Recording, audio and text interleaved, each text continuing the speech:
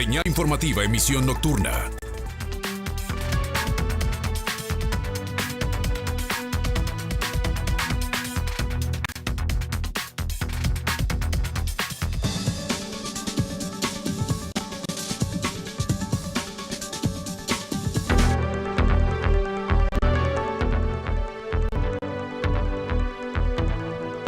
Señal directa. Bueno, ya se lo habíamos anunciado, queremos saber de la voz de los expertos, sobre todo en materia de restauración. ¿Qué pasa con ese tipo de intervenciones mayores, en este caso como la que se estaba realizando a la Catedral de Notre Dame, que termina lamentablemente en una tragedia? Pero además vemos que hay otros edificios, incluso en Europa, incluso en México y Jalisco, que también necesitan a veces ese tipo de cirugías mayores que pues lamentablemente en este caso hasta ahora todo apunta a un accidente y que termina pues en esta tragedia cultural. Pero tenemos para ello a Miriam Limón Gallegos, a quien saludo esta noche, ¿Qué tal? restauradora, especialista en la materia, con quien vamos a platicar al respecto. Y bueno, para empezar, denos su punto de vista respecto a pues este lamentable percance que se da. Bueno, claramente es una tragedia para todo el mundo. Es un edificio que es patrimonio de la humanidad y que lamentablemente ha sufrido bastante con este incendio. O sea, creo que sin duda alguna es una pérdida a nivel que haya llegado el incendio, el nivel de pérdida material es importante en todos los aspectos. Es un caso grave, pues, de pérdida de información y de valores materiales y simbólicos que tiene la catedral. Bueno, ¿cómo llegar a una cirugía como la que estaba haciendo? Porque vimos la estructura de lo que se estaba realizando en la azotea, prácticamente los andamios, y era una cirugía mayor. ¿Cómo llegar a un momento así? No se tiene que, es mejor hacerlo por partes, en espacios quizás más pequeños para tener ciertamente un mayor control, o de plano sí se tiene que esperar uno a que colapse una parte de un edificio para empezar con una cirugía de este tipo. Bueno, los proyectos de restauración tienen diferentes niveles. Depende claramente del estado de conservación al que lleguen en ese momento en el que se decida hacer una intervención mayor, ¿no? Desconozco cuál fue como el proceso al cual se llegó a tomar esta decisión de hacer una restauración del inmueble, pero seguramente obedece a programas que debe de tener el gobierno francés respecto al mantenimiento de sus edificios. Además de que, bueno, por ser un edificio patrimonial, tiene que tener un programa de mantenimiento constante. Seguramente eso es lo que estaban haciendo y todo apunta a que justamente es como un accidente que se derivó efectivamente, o bueno, posiblemente de estos tratamientos o de estos procesos de mantenimiento que tenía la estructura, ¿no?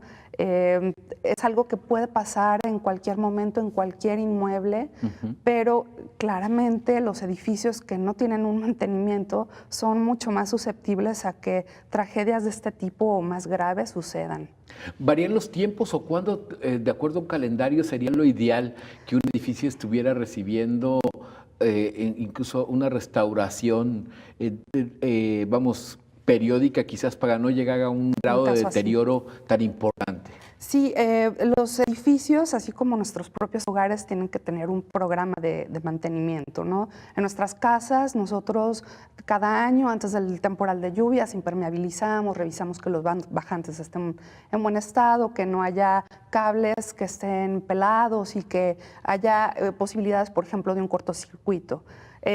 Sin embargo, siempre los accidentes suceden, ¿no? En un edificio patrimonial, este programa de mantenimiento debe ser al menos anual. Todos los años se deben de revisar azoteas. Sucede con muchos edificios en la ciudad. Por ejemplo, el Instituto Cultural Cabañas tiene un programa de mantenimiento. Cada año están revisando sus azoteas. O sea, sí hay conciencia al respecto.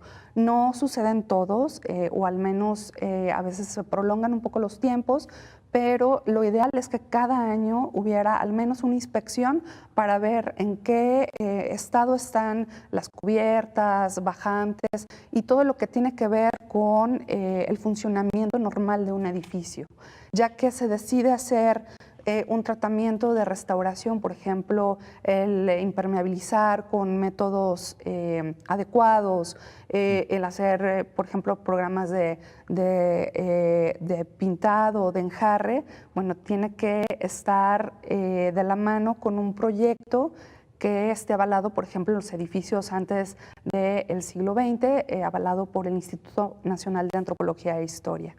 Es lo que le iba a decir, no es simplemente una obra de albañilería, No, sino por que supuesto que no. tiene que llevar una supervisión Sí. muy importante, sobre todo los materiales utilizados Sí, ahí así es.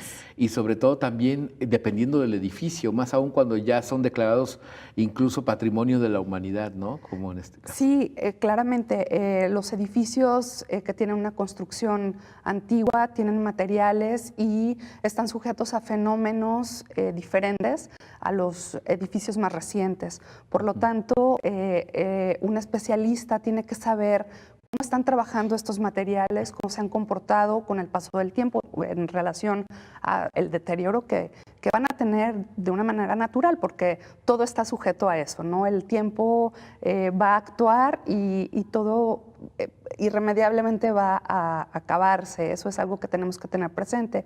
El trabajo que hacemos los restauradores precisamente es tratar de alargar ese tiempo de vida, justamente estudiando los materiales, cómo se comportan y tratando de frenar este deterioro que va a suceder de una manera natural. En el caso, por ejemplo, de este suceso, lo que está pasando es justamente un fenómeno catastrófico, ¿no? Es algo que no se esperaba y para lo cual deben de existir programas de control y de reacción ante siniestros de este tipo. Decían hace unos momentos de las noticias que nos llegaban de Francia que había que poner las barbas a remojar en México y en otros países de Europa incluso, Claro. con algunos de estos edificios.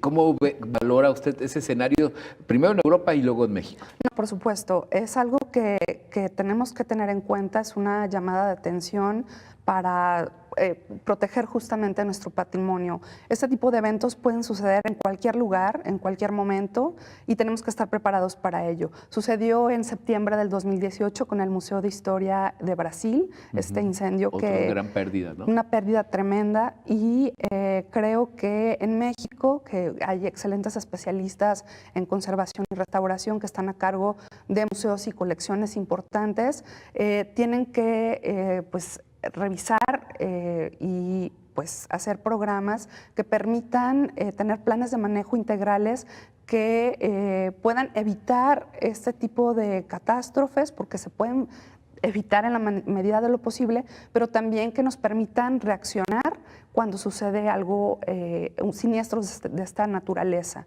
que podamos recuperar lo perdido. Un incendio es de los eventos más graves, es el que puede ocasionar pérdidas irremediables, tanto humanas como materiales. Por lo tanto, la reacción que se tenga en el momento y después es fundamental para que las colecciones y el patrimonio pueda recuperarse en la medida de lo posible. Así es, porque es muy difícil manejar ese elemento fuego-agua en un percance de este tipo.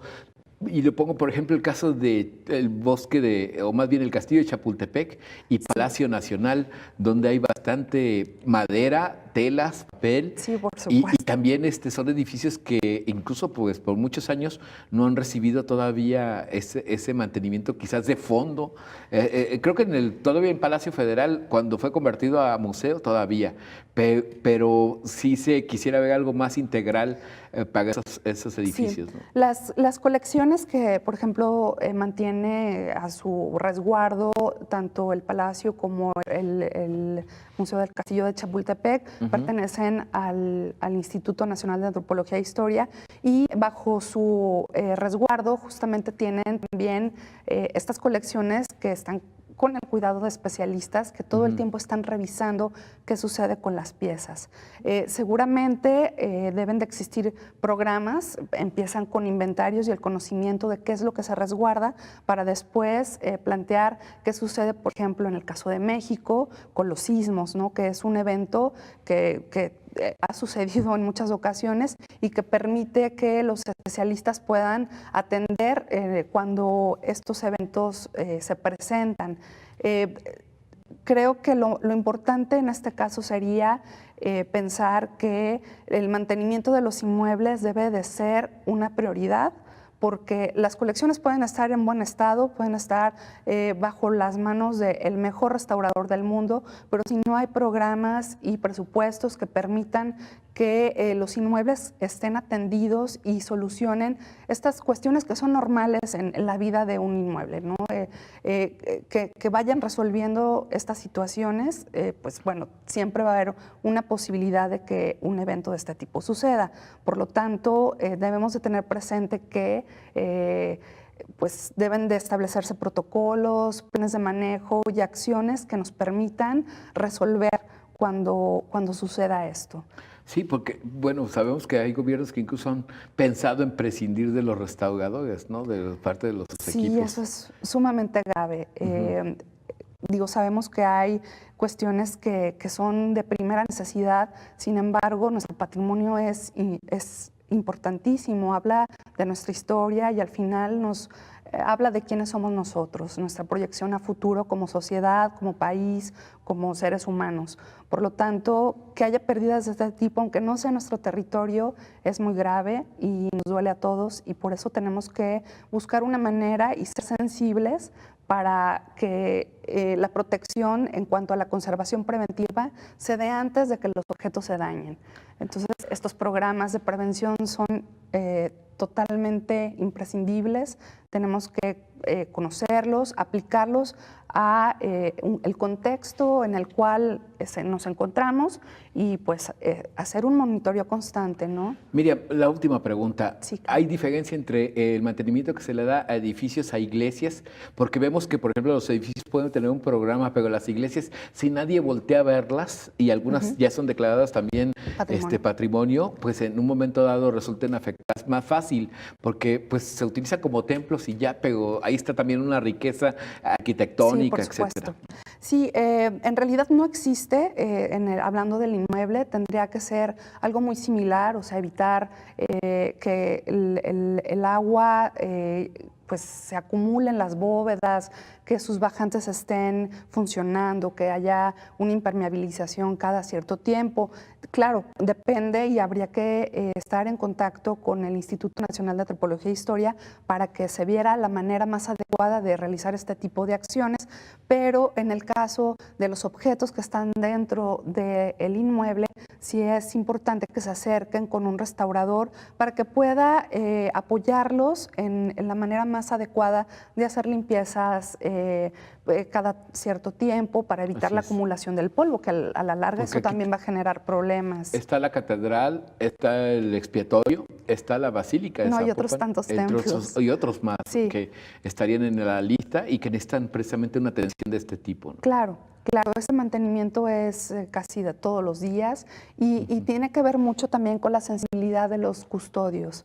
Hay templos que están, o custodios más bien, que están a cargo de templos que son muy sensibles a esto y que buscan justamente la asesoría de restauradores profesionales para llevar a cabo estos programas que son mínimos, a veces no requieren como una inversión grande, es mucho más barato, por decirlo de alguna manera, y es mucho mejor actuar en relación a la conservación preventiva que hacer tratamientos de restauración. Y eso a veces con programas muy sencillos, que tienen costos muy bajos, resuelven situaciones de manera muy simple. Entonces, sí hay que tener eso en cuenta para que se puedan aplicar día con día estos espacios. Bueno, muchas gracias, Miriam Limón Gallegos, restauradora especialista en el tema.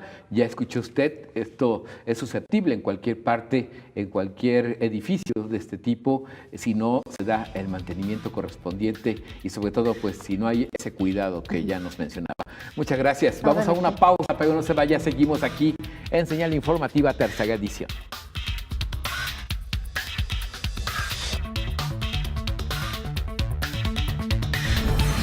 Regresamos